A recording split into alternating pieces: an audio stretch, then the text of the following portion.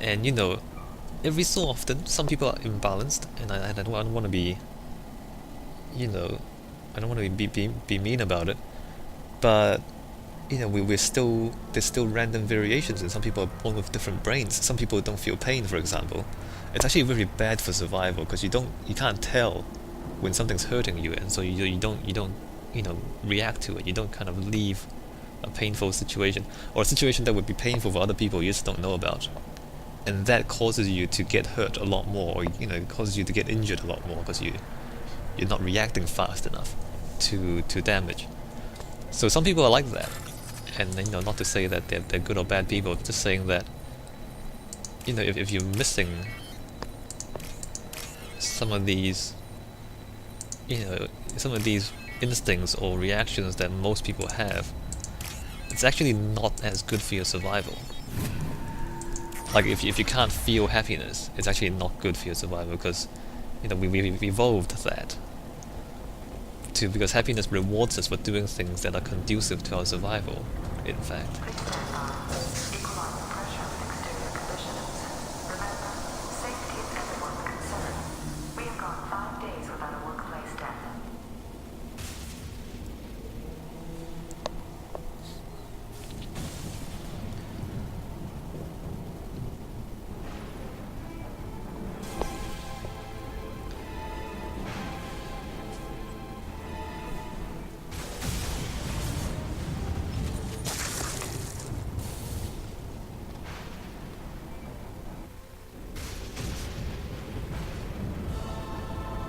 Shepard Commander.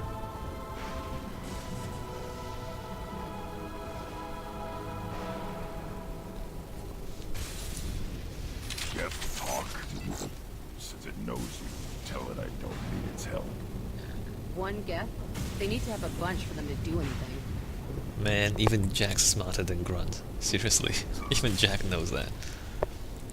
Anyway, so, and then people who don't have the usual emotions or instincts or reactions of other people, they're usually considered mentally ill or mentally disabled. I mean, people who can't feel guilt and people who can't tell the difference between right and wrong, they end up being criminals, and they are disadvantaged in a way. And some people are like that, like some criminals. Again, I don't want to overgeneralize or make assumptions, but some people are like that. Like they don't feel remorse, they don't feel guilt, and so they would commit crimes and not feel anything bad about it. And that's actually like it hinders their ability to survive in a society that has standards, and they just don't feel those, and so then they end up breaking the rules that everybody else accepts, and that's a disadvantage for them, that they put themselves in a bad situation. And so if a person doesn't have the emotions and instincts that you usually expect, we call them disabled or ill. It's not a good thing. Hostiles! Now this is a really roundabout way. I guess I really should have because the explanation is necessary. Nothing can hurt me!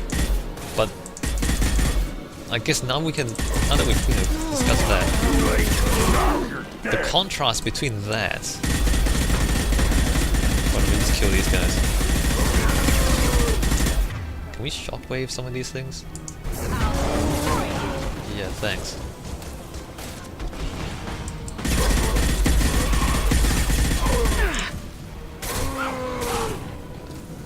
So the contrast between the fact that organic life has evolved to have these emotions and instincts, a created life form, a synthetic life form, like the Geth and other AI, they have not had the millions of years of evolution to weed out the sorts of minds and instincts and emotions that are not conducive to survival. Stop firing at me, idiot! I mean, they've just been created.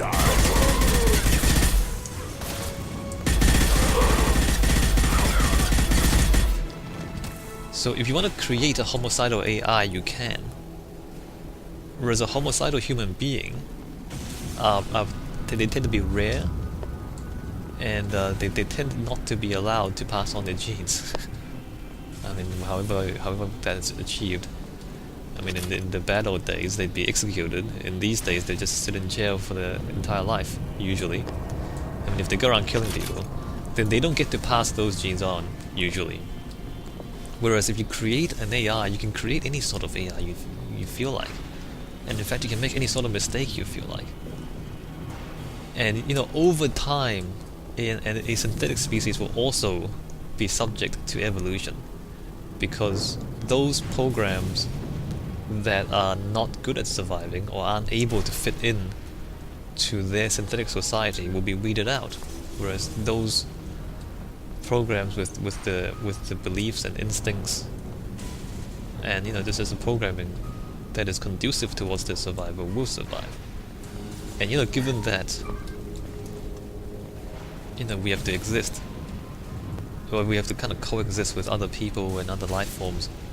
So, you know, those that manage to survive usually are the ones that are sociable, are able to cooperate with other people. I mean, if you can't cooperate with other people in this world, you're not very good at surviving.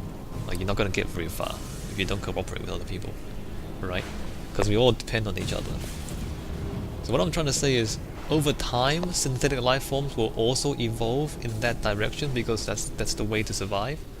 And if they don't do that, they will die off. Okay, let's just grab that. But the AI that you've just created, you know, any new AI that you create won't have those things, or won't be subject to those evolutionary pressures. And so they're unpredictable. You don't know what they're gonna do, and in fact they don't know what they're gonna do. Because they haven't been... Nothing can hurt me.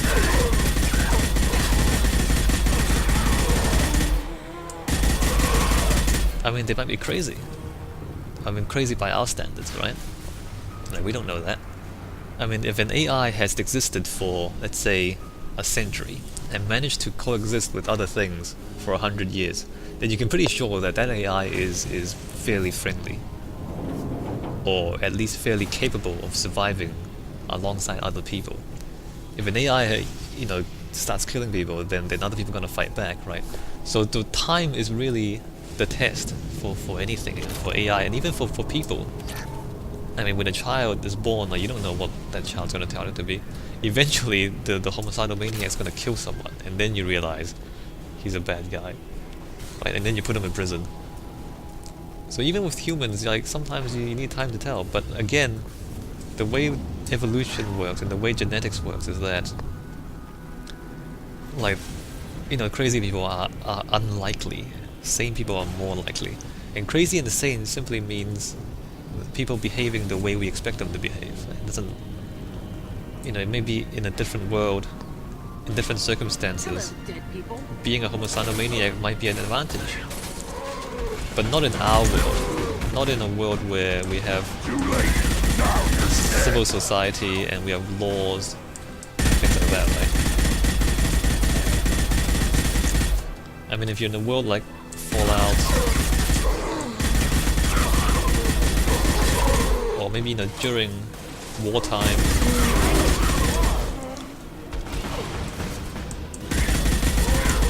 yeah, Jack definitely is a good idea. The shockwave is very good against these things. Let me just shockwave some more. That's great. My shields are down. Ow.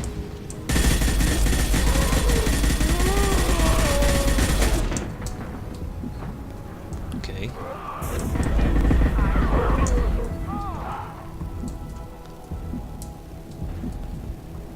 Yeah, so, I mean, under normal circumstances, being a homicidal maniac might be a huge disadvantage, because everybody else wants you gone, locked away. But if we're in the middle of World War III, then maybe being a homicidal maniac is a good thing, because you don't hesitate to protect yourself from other people who are trying to kill you. We can use this. So these things depend on context in a way, and the reason, well, I mean, I would believe that the reason homicidal maniacs exist is because humans have not always lived in civilized societies. I mean, every so often we get into wars, and so those things are beneficial under some circumstances. They're just not very beneficial right now for us, right? I'm kind of getting off track here. What I was talking about? Tragedy. Oh, right. So, you know, it's not unreasonable to be scared of AI Heavies. because it hasn't been proven that they are sociable. It hasn't been proven that they are peace-loving. So you don't know. Shepard. Nothing can stop me.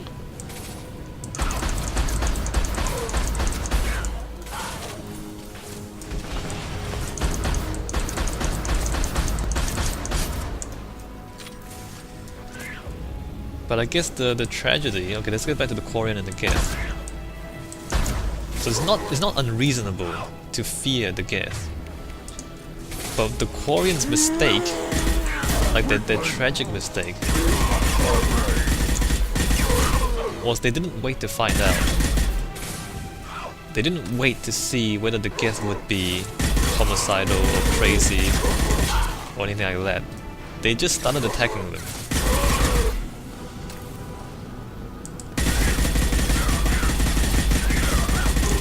And the Geth, you know, to their credit, I guess, they did have the instinct for survival, for self-preservation.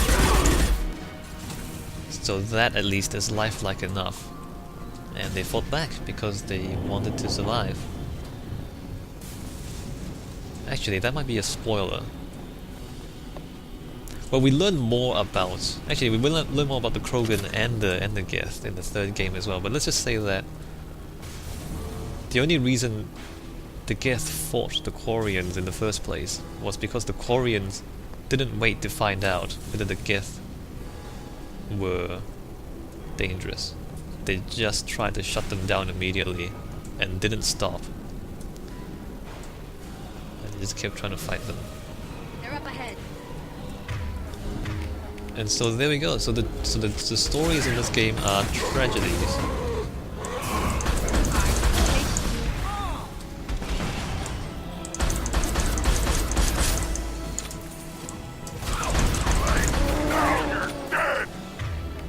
I mean,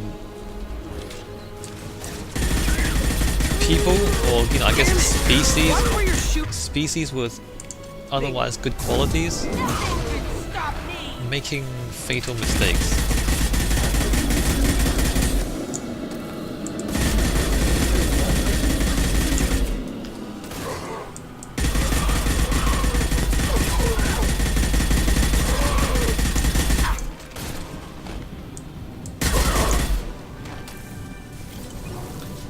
And you know, that makes them good stories. I mean, they're serious stories. You can actually, you know, analyze these stories according to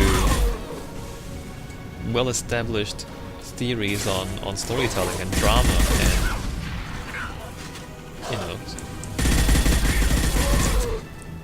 I mean, the fact that All we need to do now is destroy the Mass Effect core. And then the ship gets squished. Ha! Make sure we're gone. yeah, thanks, Grant. I mean, we can talk about these things in terms of the you know, the ideas of tragedy and comedy established, you know, since the times of the ancient Greeks, right? So these are serious stories, and they're very good stories too. What other stories are there? Okay, there's the Krogan. I mean, what are the big ones? Actually, let me just look at the Codex. I'm sorry if I'm kind of getting off track here. Look at the Codex. All right. So the Asari. The Asari were the first species Can we to shut them discover up? Solarians, the Turians. second. The Turians. It could have been a tragedy. You know, the Turians and humans. Remember how the humans started activating the mass relays, and the Turians, you know, attacked us for it without asking. That could have been a real tragedy. It could have led to a really big war between the Turians and the humans. But the Asari stepped in and stopped that, so that was good. Extinct species. 50,000. Proteans, nope. Protheans we don't really know too much about. In the early 21, Batarians, Collectors. The I mean, these are all Elcor, tragic. The in the early Batarians are 21, tragic. living Collectors are beyond tragic. Geth are the tragic. Geth, Krogan are the tragic. Krogan, Quarians are driven from tragic. A Reapers we myth don't common know to several yet. cultures in the galaxy. Although they resemble I mean, the Volus, the Vulture, flagship- they're tragic too. I mean, the Volus, they're quite smart. Their commercial ability is quite good, but they're small and they're round and they're not very good at fighting. So they have skills, but they are flawed. Well, not flawed, but they're disadvantaged, vertically disadvantaged. The Vulture, I mean, they have their value. They have good things about them. They're very adaptable. The Vulture is they're very, very adaptable. And the thing is, if you put them in a civilized society and you expect them to be civilized and you teach them to be civilized, they can adapt themselves to be civilized too. The Vulture. But if you put them in a war zone and expect them to be savage and brutal, then they'll be very savage and very brutal. Like if you put them in a poisonous environment, they would adapt to the poison and be immune to it. So the Vulture are very adaptable. But that's both their strengths and their weakness. Because if you don't teach them, if you don't teach them to be civilized, then they won't be civilized, and they're just animals, basically. But you can teach them to be functioning members of society too.